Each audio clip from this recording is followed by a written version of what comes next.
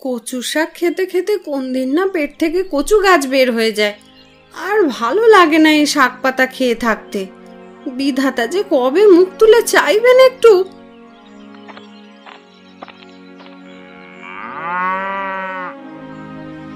ধৈর্য ধরো গিন্নি। কথায় আছে সবুরে মেওয়া ফলে। বিধাতা সারা জীবন তো আর আমাদের দুঃখ রাখবেন না। একদিন না একদিন ঠিক সুখের মুখ দেখব আমরা। আর কবে দেখবো জানি না, আদেও সে পর্যন্ত বেঁচে থাকবো কিনা কে জানে। অবশ্যই বেঁচে থাকবে। বিধাতা চাইলে সব সম্ভব। আমাদের দুঃখ কি আর আজীবন থাকবে নাকি? কথায় আছে দুঃখের পরেই নাকি সুখের মুখ দেখা যায়। জীবনে যদি দুঃখ না থাকে তবে সুখের মূল্য মানুষ বুঝবে কি করে বলো তো? তাই বলে এত দুঃখ? আমি যে আর পারছি না গো। এদিকে মেয়েটা বড় হচ্ছে, সামনে বর্ষার মৌসুমে গায়ে উৎসব লাগছে। যারা দুবেলা ঠিকমতো খেতে পারে না তাদের জন্য নতুন শাড়ি পরা তো বিলাসিতা মাত্র। তার উপর বর্ষার মৌসুম চলে এসেছে। এখন তো আর এই গরুর গাড়ি নিয়ে গায়ের রাস্তায় চলা যাবে না। খরার মৌসুমে যাও টুকিটাকি ভাড়ায় যেত, কিন্তু এই বর্ষার মৌসুমে যাবে কি করে?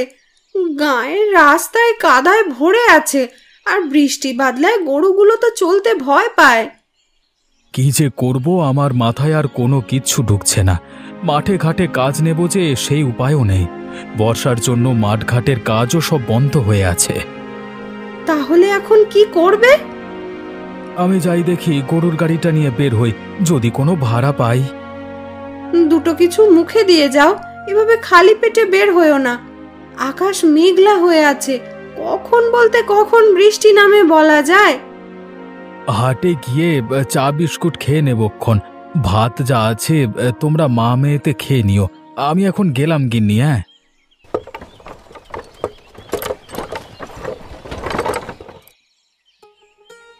কই গো, তোমার হলো? সেই কখন থেকে স্নান সেরে ঘরে বসে আছো? এতক্ষণ লাগে বুঝি তৈরি হতে?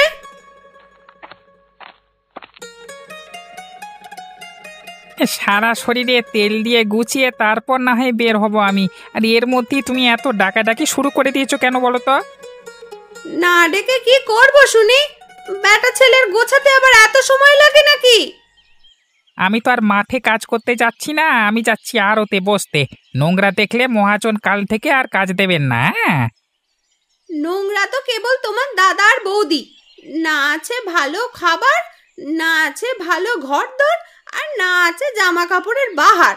ওদের জ্বালায় সমাজে মুখ দেখানোর উপায় নেই। কে বলেছে তোমাকে ওদের পরিচয় দিতে?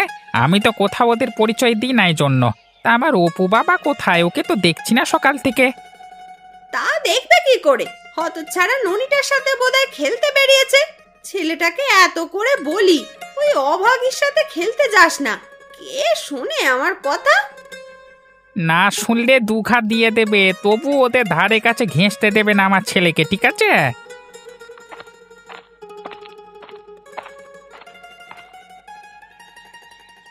ও মা, কাকিমা, আজ দেখছি অনেক পদের রান্না করেছো। আজকে তোমাদের বাড়িতে কেউ আসবে নাকি গো?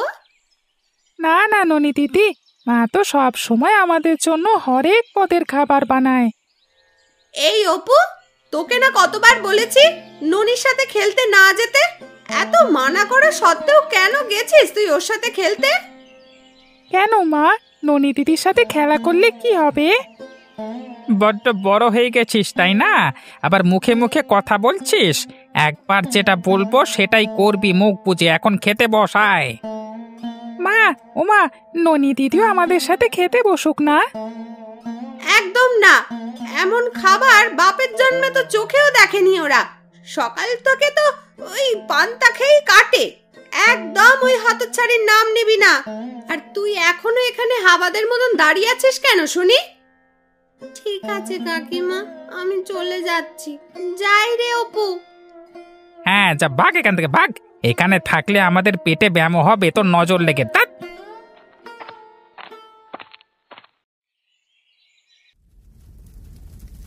মেয়েটা সেই সকালে অপুকে নিয়ে খেলতে বের হয়েছে, এখনো বাড়িতে এলো না। সকালের পান্তা যে নষ্ট হয়ে যাবে এভাবে বেশিক্ষণ থাকলে।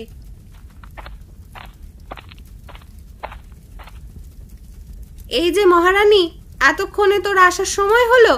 এদিকে তোর চিন্তায় আমি ঠিক মতো রান্নায় মন দিতে পারছি না। তোকে না কতবার বলেছি এভাবে না খেয়ে খেলতে যাবি না। খাওয়া না খাওয়ায় আর কি আসে যায় মা, সেই তো প্রতিবেলার মতো আমাকে পান্তা খেয়েই থাকতে হয়। কি হয়েছে তোর মা? তুই তো এভাবে কথা বলিস না। তবে আজ কেন এভাবে কথা বলছিস? তোর মন খারাপ নাকি? জানো মা, অপুর সাথে খেলতে গিয়েছি বলে কাকা কাকিমা আমাকে আজ যাচ্ছে তাই করে বলল। আমার নাকি শুধু দিনের হাতে পান্তাই জোটে, আর কিছু খাওয়া জোটে না। আমরা নাকি ছোট লোক, ভালো খাবার চোখেই দেখিনি কোনোদিন। হায় বিধাতা, এইটুকু মেয়েকেও তুমি কষ্ট দিতে ছাড়ো না।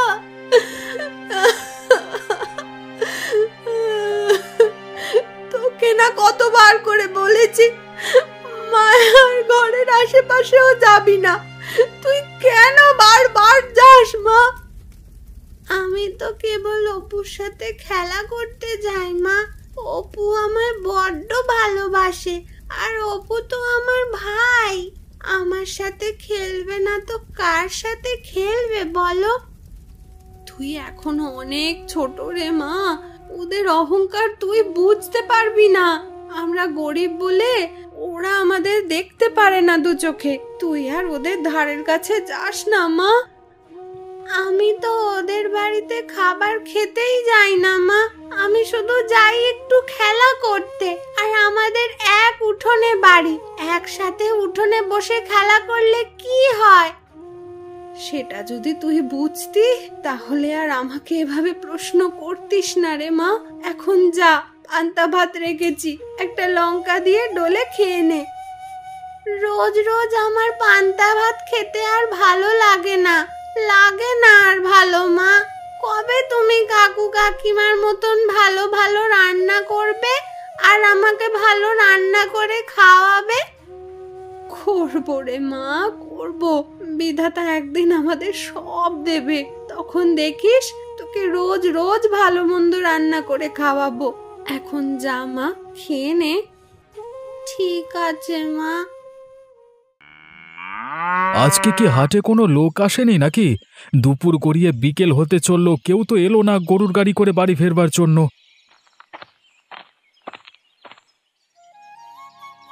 কি হ্যাঁ গোপাল, গাঁয়ের দিকে যাবি নাকি? আগে আপনি আমার উপর সদয় হলে অবশ্যই যাব। আজকে তো হাটে তেমন লোক দেখছি না। আকাশের ভাব ভালো না বলে লোকজন তেমন হাটে আসেনি বোধ হয়। লোকজন হাটে এলেও তোর এই ভাঙা চোরা গরুর গাড়িতে উঠতে চায় না কেউ। সারা রাস্তা গাড়ির ঝাঁকুনিতে কোমরের হাড়গড় সব ভাঙবে। কি যে বলেন না বাবু, আজকে কত বছর হয়ে গেল এই গরুর গাড়ি দিয়েই তো গায়ের লোকজনকে হাটে নিয়ে আসা যাওয়া করছি। তোদের মতো ছোট লোক আর করবেই বা কি শুনি? তোর ছোট ভাইটাকে দেখ, কিছু শেখা উচিত তোর। ছেলেটা অল্প দিনে চৌধুরী বাবুর আড়তে লেখালেখির কাজ করে ভালো কামাচ্ছে, আর তুই কিনা এখন এই গরুর গাড়ি ঠেলছিস। কি করব বাবু বলুন তো? আসলে আমি কাজ করি আমাদের সংসারটা চালিয়েছি, সেই সাথে ছোট ভাইটাকে দু কলম লেখাপড়া শিখিয়েছি। এখন বড় হয়ে যে সব এভাবে ভুলে যাবে তা কে জানতো। তোদের এই ভিকিরি জাতটাই এমন, উপকার করলে কখনো উপকার মনে রাখতে চায় না, এই জন্য কেউ তোদের দেখতে পারে না। আকাশের অবস্থা বেশি ভালো ঠেকছে না বাবু, মনে হচ্ছে খুব জোর বৃষ্টি নামবে। আপনি বাড়ি যাবেন বাবু? হ্যাঁ রে, আমি বাড়ি যাব। এখন আমার বাড়ির সামনে গাড়ি নিয়ে চল দেখি। আর কয়েকটা মিনিট দাঁড়িয়ে দেখি আরও দু একজন পাই কিনা। আপনাকে একা নিয়ে গেলে যে আমার পর্তা পড়বে না। দেখেছিস, তোদের এই ছোট লোকদের নিয়ে হলো এক জ্বালা। তোদেরকে খেতে দিলে তোরা শুতে চাস। মোটে লোক হচ্ছিল না, আর যেই আমি গাড়ি চেপে বসলাম অমনি তুই আরও লোক ওঠানোর কথা ভাবছিস। কিন্তু বাবু, আপনাকে একা নিয়ে গেলে যে আমার ভাড়া পোষাবে না বাবু। তোর ভাড়া নিকুচি করেছে, তাড়াতাড়ি বৃষ্টি আসবার আগে আমাকে বাড়িতে নামিয়ে দিয়ে আই দেখি, নইলে এই বৃষ্টি এলে কিন্তু কাদা জলের মধ্য দিয়ে ঘাড় ধরে নিয়ে যাব, আর 1 টাকা ভাড়া দেব না, ঠিক আছে? ঠিক আছে, ঠিক আছে বাবু, চলুন তবে নিয়ে যাই।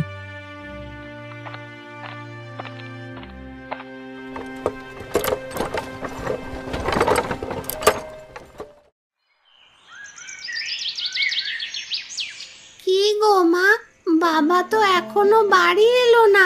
অন্যদিন তো এর আগেই বাড়ি চলে আসে বাবা। আমিও তো সেটাই ভাবছি রে মা, আজ বোধহয় তোর বাবা দূরে কোথাও ভাড়ায় গেছে। কিন্তু আকাশের যে অবস্থা দেখছি, মনে হচ্ছে এক্ষুনি ধুম করে বৃষ্টি নামবে। আকাশ তো সেই বিকেল থেকেই থম মেরে আছে, মনে হচ্ছে এই বুঝি বৃষ্টি নামলো, কিন্তু বৃষ্টি তো আর হলো না। রাত তো অনেক হয়ে গেল রে মা, তুই বরং খেয়ে ঘরে গিয়ে শুয়ে পড়। তোর বাবা এলে আমি আর তোর বাবা খেয়ে নেব। তোমাদের রেখে আমি খেয়ে নেব? হ্যাঁ রে মা, সকাল হলেই তো আবার উঠে পাঠশালায় যেতে হবে তোকে, তাই বেশি দেরি করে লাভ নেই। তাড়াতাড়ি খেয়ে ঘরে গিয়ে ঘুমিয়ে পড়। ঠিক আছে মা।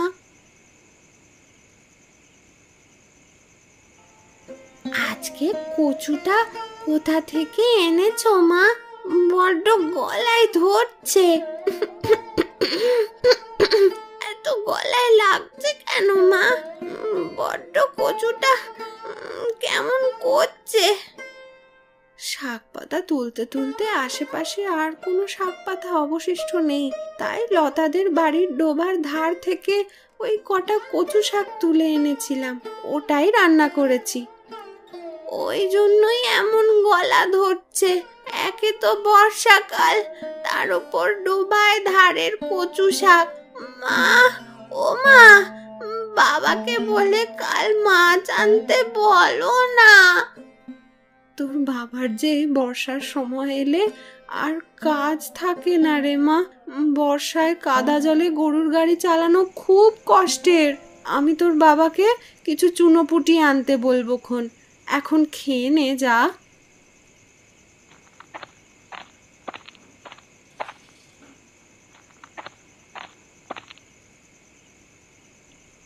আরে ও গিন্নি, গরুর ঘরে কটা ঘাস কেটে দিয়ে এসেছিলে কি? আমি তো অন্ধকারই গরু বেঁধে রেখে এসেছি। সে তোমায় বলতে হবে না, আমি ঘাস রেখে এসেছি। এখন ঘাস আনতে গেলেও মানুষের কথা শুনতে হয়। কেন, কে আবার কথা শোনালো তোমাকে? কে আবার? বিমলা পিসির মুখের জ্বালায় কোথাও যাবার উপায় আছে নাকি? যেখানেই যাই ডাক দেয়। এখন তাড়াতাড়ি এসো, খেয়ে নাও দুটো, সারাদিন পেটে কিছু পড়েনি। ননিবালা কি ঘুমিয়ে পড়েছে? হ্যাঁ গো, মেয়েটা আমার মাছের বায়না করতে করতে ঘুমিয়ে পড়েছে। তুমি কাল কটা চুনোপুটি এনে নিয়ে এসো না গো। সকালে মায়া ওকে যাচ্ছে তাই করে ঘরের সামনে বিদেয় করে দিয়েছে।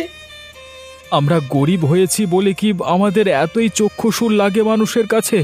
আমার ওইটুকু মেয়ে কি এসবের কিছু বোঝে? কবে যে বিধাতা মুখ তুলে চাইবেন আমাদের দিকে? সারাদিন অনেক ধকল গেছে, আগে দুটো খেয়ে নাও, তারপর না হয় বসে দুটো কথা বলবে খন। হ্যাঁ, আমারও বড্ড খিদে পেয়েছে। গিন্নি, আরে ও গিন্নি, বাড়ি ফিরে তোমাকে যে পোটলাটা দিয়েছিলাম সেটা এখানে আনো দেখি, ওতে আমার দরকারি কিছু জিনিস আছে।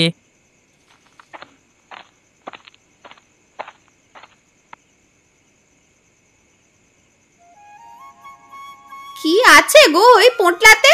দেখে তো মনে হচ্ছে মূল্যবান কিছুই আছে।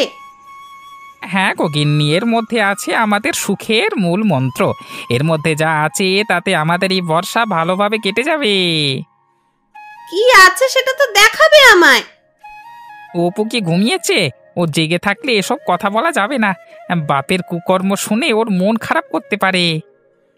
হ্যাঁ, অপুকে আমি পাশের ঘরে ঘুম পাড়িয়ে শুইয়ে এসেছি। এখন বলো দেখি ওই পোটলাতে কি রেখেছো? ওমা, এই টাকা তুমি কোথায় পেলে?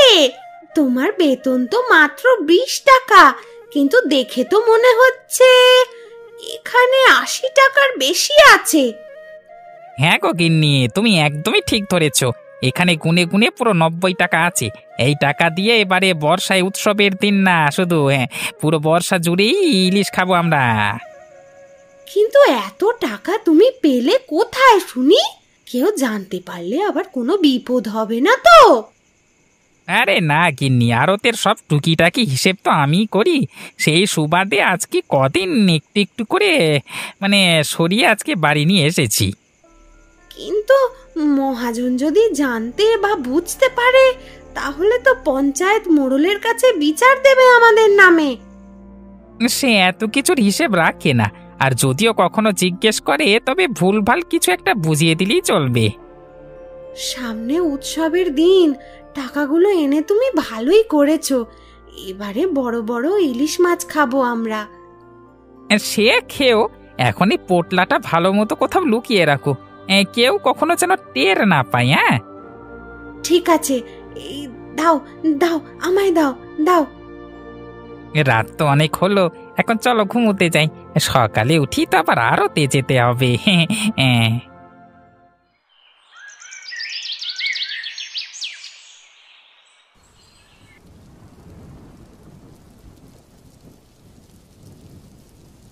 কি গো, কি এত ভাবছো সেই থেকে? ভাবছি এই বৃষ্টিতে গরুর গাড়ি নিয়ে বের হব কি করে, আর বের হলেও মনে তো হচ্ছে না কোনো ভাড়া পাবো। ভাড়া তো দূরের কথা, এই বৃষ্টিতে কেউ বাড়ির বাইরে বের হয় নাকি কে জানে। আর তাছাড়া গায়ের ওই কাদা জলের রাস্তায় গাড়ি তো এগুলো এগোতে চায় না।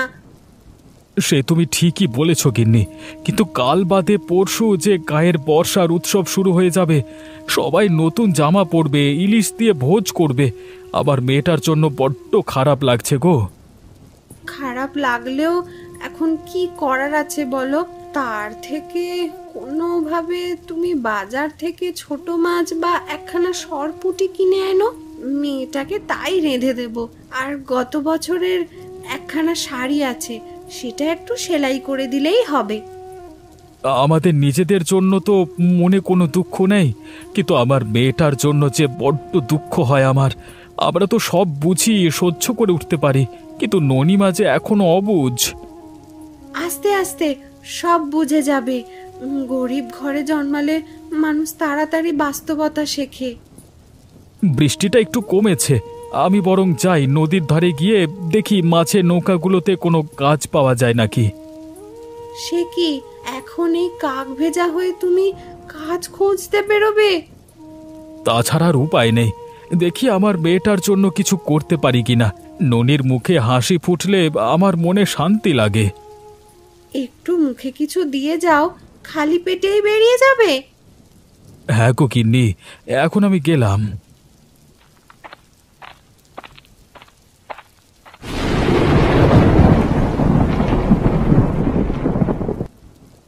আজ বাদে কাল গ্রামের সবার ঘরে ঘরে উৎসব শুরু হবে, কিন্তু তার আগে কি বর্ষা শুরু হলো। কি হয়েছে গিন্নি, একা একা কি বিড়বিড় করছো? কাল তো গ্রামের ঘরে ঘরে ইলিশ ভোজের উৎসব শুরু হবে। এমন বর্ষা হলে লোকজন একজন আরেকজনের বাড়ি যাবে কি করে? আরে গিন্নি, এই উৎসব বর্ষার জন্যই তো প্রতি বছর পালন হয়। এ সময় নদীতে খুব ভালো ইলিশ মাছ পাওয়া যায়। সকলের ঘরে ঘরে ইলিশ ভোজের প্রতিযোগিতা চলে। সে তুমি যাই বলো, আমার এত বর্ষা বাদলা ভালো লাগে না। তুমি হলে বেরসিক মানুষ, তোমার কি করে ভালো লাগবে শুনি? তোমার তো শুধু পান চেবুতি ভালো লাগে। হ্যাঁ, তা তুমি ঠিকই বলেছ, পান হলে আমার আর কিচ্ছুটি লাগে না। তা বাবু সেজে কোথায় যাচ্ছ তুমি এই বৃষ্টি মাথায় নিয়ে? নদীর পাড়ে যাচ্ছি, বড় বড় নৌকা বোঝাই করে ইলিশ নিয়ে এসেছে জেলেরা। তুমি তো জানোই এই বাজারে আমার কত বড় ইলিশের ব্যবসা। নিজে গিয়ে দেখে শুনে যাচাই করে নেব। সকালের জল খাবার খাবে না? না খেয়ে চলে যাবে নাকি? হ্যাঁ গিন্নি, সকালের জলখাবার খাওয়ার এখন আর সময় নেই। জলখাবার খেতে বসলে দেরি হয়ে যাবে। আর তাছাড়া বৃষ্টিটা এখন একটু কমেছে, এখন না বেরোলে আর পরে বের হতে পারবো না। ঠিক আছে, যাও তবে, সাবধানে যেও। আবার ছাতাটা আবার কোথায় রাখলে? ছাতাটা দাও দেখি আমাকে। ওই দেখো, বারান্দার দেয়ালে টাঙানো আছে, ওই যে নিয়ে যাও।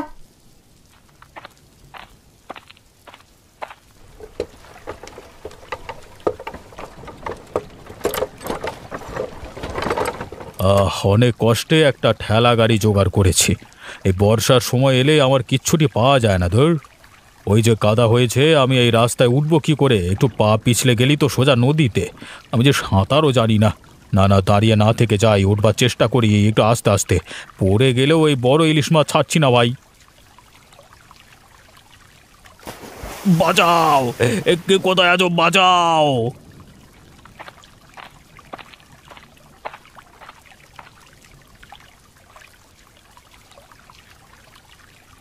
তুই ও পাড়ার গোপাল না, যে গরুর গাড়ি টানিস? আগে হ্যাঁ বাবু, আপনি নদীতে পড়লেন কিভাবে? আর বলিস না সে কথা। একে তো সাঁতার জানি না, তার উপরে কাদায় পা পিছলে সোজা নদীতে পড়েছি। তা পড়লেও আপনি তো দেখি এই বড় ইলিশ মাছটা ছাড়েননি।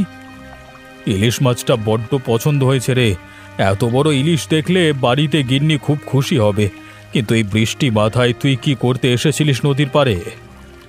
আসলে আমার কাজ নেই, এই বৃষ্টির সময় ভাড়া হয় না তেমন। মেয়েটা কতদিন হলো মাছের মুখ দেখে না। কালকে তো গ্রামে ঘরে ঘরে ইলিশ ভোজের উৎসব, তাই ভাবলাম যদি কোনো কাজ করে কিছু টাকা পাই তবে মেয়েটার জন্য একটা ছোট দেখে ইলিশ আর একটা শাড়ি কিনে নিয়ে যাব। ওহো, এই ব্যাপার। আমার জীবন যে বাঁচিয়েছে সে কখনো দুঃখে থাকতে পারে না। এই নে, এই বড় ইলিশটা নিয়ে যা, আর আমি তোকে কিছু টাকা দিচ্ছি। মেয়ে আর গিন্নির জন্য শাড়ি নিয়ে যা। সে কি বাবু, আপনি না বললেন এটা গিন্নিমার জন্য বাড়ি নিয়ে যাবেন? ওরে, আমি যে বেঁচে সশরীরে বাড়ি যাচ্ছি এটাই তোর গিন্নিমার জন্য অনেক। আর শোন, কাল থেকে তুই আমার কাছে কাজ করবি। তোর গাড়িতে করে মাছ হাটে নিয়ে যাব নদীর পাড় থেকে। তাহলে তো খুব ভালো হবে বাবু, আপনাকে যে কি বলে ধন্যবাদ দেব আমি। আমাকে ধন্যবাদ দিতে হবে না, ধন্যবাদ তো তোকে দিতে চাই আমি। তুই আমার জন্য আজকে নিজের জীবন বাজি রেখেছিস। তোর জন্য যা করব সেটাই কম হয়ে যাবে। এখন যা, মাছটা নিয়ে মেয়েকে খাওয়া আর শাড়ি কিনে নিয়ে যা। ঠিক আছে বাবু, ঠিক আছে। একটু আগেই এক পশলা বৃষ্টি হয়ে গেল, এখন আবার আকাশে ঘন কালো মেঘ করেছে। লোকটা তো সেই কখন বেরিয়েছে, পরিবারের সুখের জন্য কত কিছু করছে লোকটা। বিধাতা আমাদের সহায় হও তুমি। গিন্নি, আরে ও গিন্নি, কোথায় গেলে? এই দেখো কি এনেছি তোমাদের জন্য। সে কি গো, এত বড় মাছ কোথায় পেলে তুমি? আর সাথে কিসের ব্যাগ ওটা? কাল তো সবার ঘরে ইলিশ ভোজ হবে, তাহলে আমাদের ঘরে কেন হবে না? এই ব্যাগে তোমাদের জন্য শাড়ি আছে, আর এই ইলিশটা নাও, ভালো করে কেটে ভেজে রাখো, কালকে রান্না করবে। কিন্তু এত কিছু তুমি কোথায় পেলে? আরও একটা সুখবর আছে। এবার থেকে আমি মোড়ল মশাই মাছের ব্যবসাতে ভাড়ায় গরুর গাড়ি টানবো। উনি ভালো মাইনেও দেবে বলেছে। তার টাকাতেই তোমাদের শাড়ি আনলাম, আর তিনি নিজে আমাকে মাছটা দিল। বিধাতাকে কত ডেকেছি আমাদের সুখের দিনের জন্য, আজ তিনি আমাদের দিকে মুখ তুলে চেয়েছেন। এ কি, তুমি কাঁদছো কেন গিন্নি? এ কান্না যে আমার সুখের কান্না। আমি ঘরে গিয়ে ননিকে ওর শাড়িটা দিয়ে আসি, মেয়েটা আমার বড্ড খুশি হবে। হ্যাঁ হ্যাঁ, চলো ননিকে দেখাই। আজকে যে আমার কি খুশি লাগছে গিন্নি, আজ থেকে আমাদের সকল দুঃখের অবসান হলো। হ্যাঁ গো, আমাদের সুখের থেকেও আমাদের ননির মুখের হাসিটা বড্ড মূল্যবান। ওর মুখের হাসি আমাদের সকল দুঃখ ভুলিয়ে দিয়েছে আজকে। এত বড় ইলিশ মাছ আমি আগে কখনো দেখিনি। মা আজ ইলিশ মাছ দিয়ে কত কিছু রান্না করেছে। এখন সবাই খাওয়া শুরু করি, চলো মা।